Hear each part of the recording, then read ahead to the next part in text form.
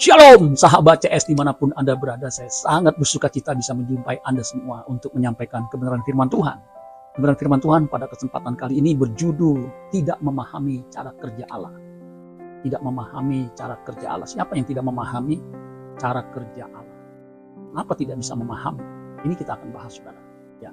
Bagi saudara yang baru pertama kali hampir di channel saya ini, bukan satu kebetulan. Pasti ada rencana Allah.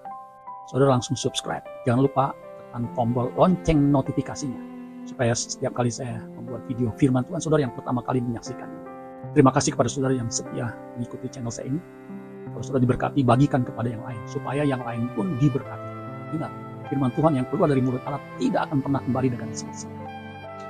Tidak memahami cara kerja Allah. Minggu lalu kita bicara soal terbodoh di dunia. Bodoh. Siapa orang bodoh? Orang bodoh adalah orang yang tidak mengenal Allah, orang yang menganggap Allah itu tidak ada. Orang yang tidak memahami keberadaan Allah itu orang bodoh. Ternyata saudara sekalian, orang bodoh juga tidak memahami cara kerja Allah. Jadi, siapa yang tidak memahami cara kerja Allah? Yaitu orang bodoh. Kita akan bahas saudara sekalian. Ayub pasal 2 ayat 10. Ayub pasal 2 ayat 10. Dikatakan begini. Tetapi jawab Ayub kepadanya. Ini terjemahan baru yang edisi kedua. Tetapi jawab Ayub kepadanya, engkau berbicara seperti perempuan bebal. Bebal di sini kata bebal dari kata Ibrani nabal.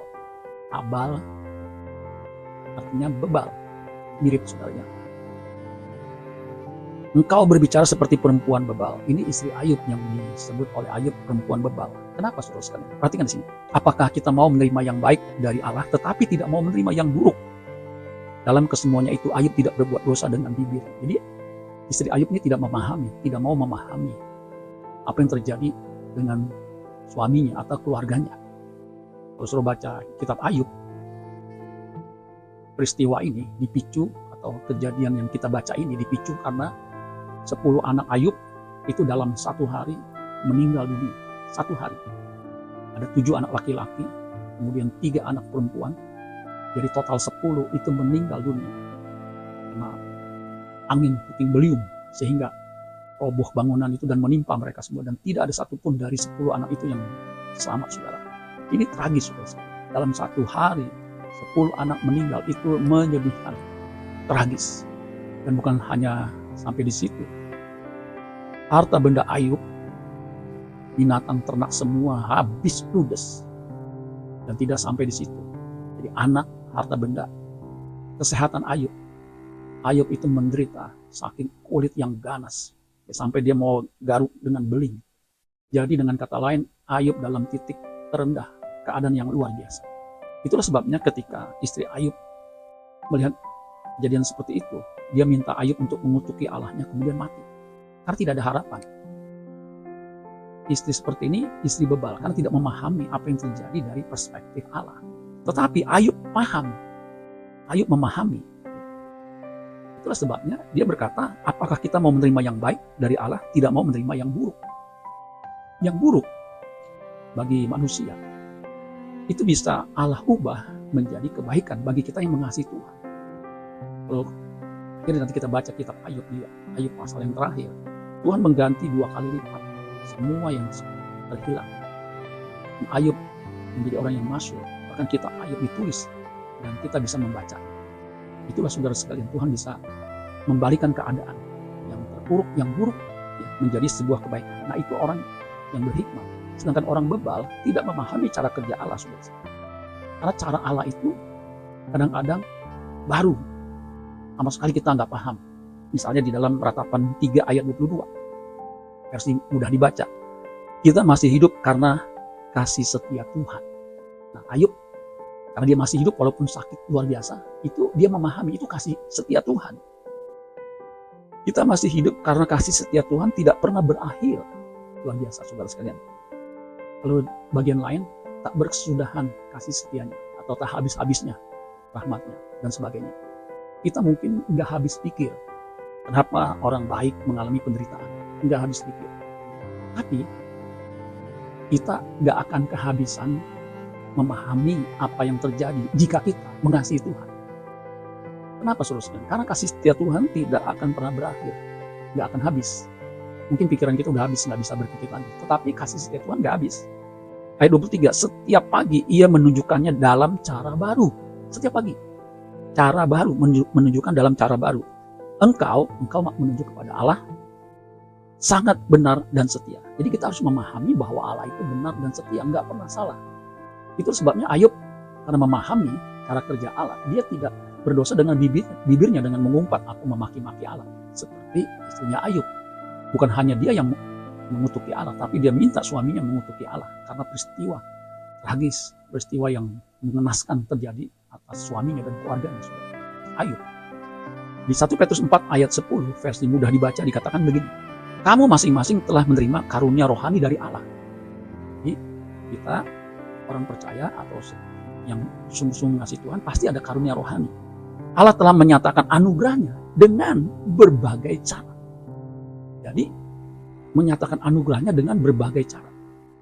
Ada yang kadang-kadang disebut dengan blessing in disguise. Jadi berkat di balik penderitaan, tersembunyi, blessing in disguise. Tersembunyi, terselubung. Itu yang disebut Allah telah menyatakan anugerahnya dengan berbagai cara. Dan kamu adalah sebagai hamba yang bertanggung jawab untuk mempergunakan pemberian Allah. Jadilah hamba yang baik. Hamba yang baik harus memahami cara kerja Allah yang beragam itu, saudara. Dan pergunakanlah pemberian yang ada padamu untuk saling melayani.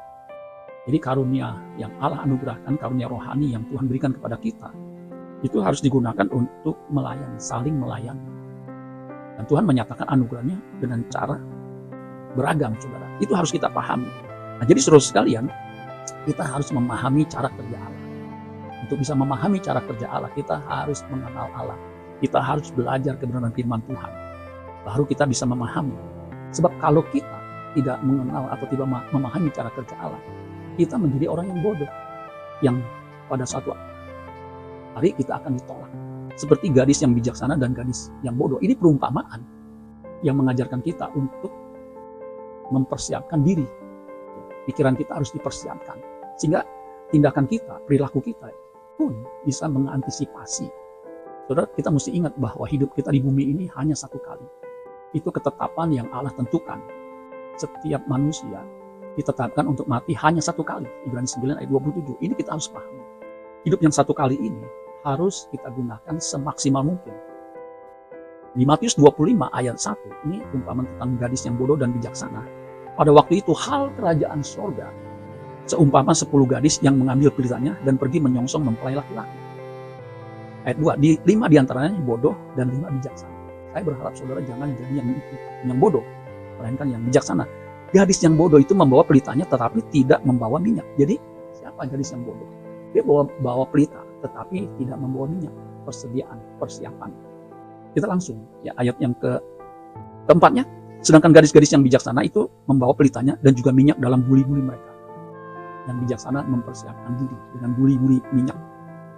Dan memang kalau saudara baca selanjutnya ketika mempelai datang, gadis yang bijaksana itu pelitanya sudah siap sehingga bisa menyongsong dan masuk dalam pesta perjamuan kawin anak domba. Sedangkan gadis yang bodoh, meskipun mereka minta kepada 5 yang bijaksana, nggak bisa, saudara. Karena detik terakhir itu sangat menentukan. Dan apa kesimpulannya, saudara sekalian? Ketika 5 gadis yang bodoh itu ditolak masuk ke perjamuan kawin.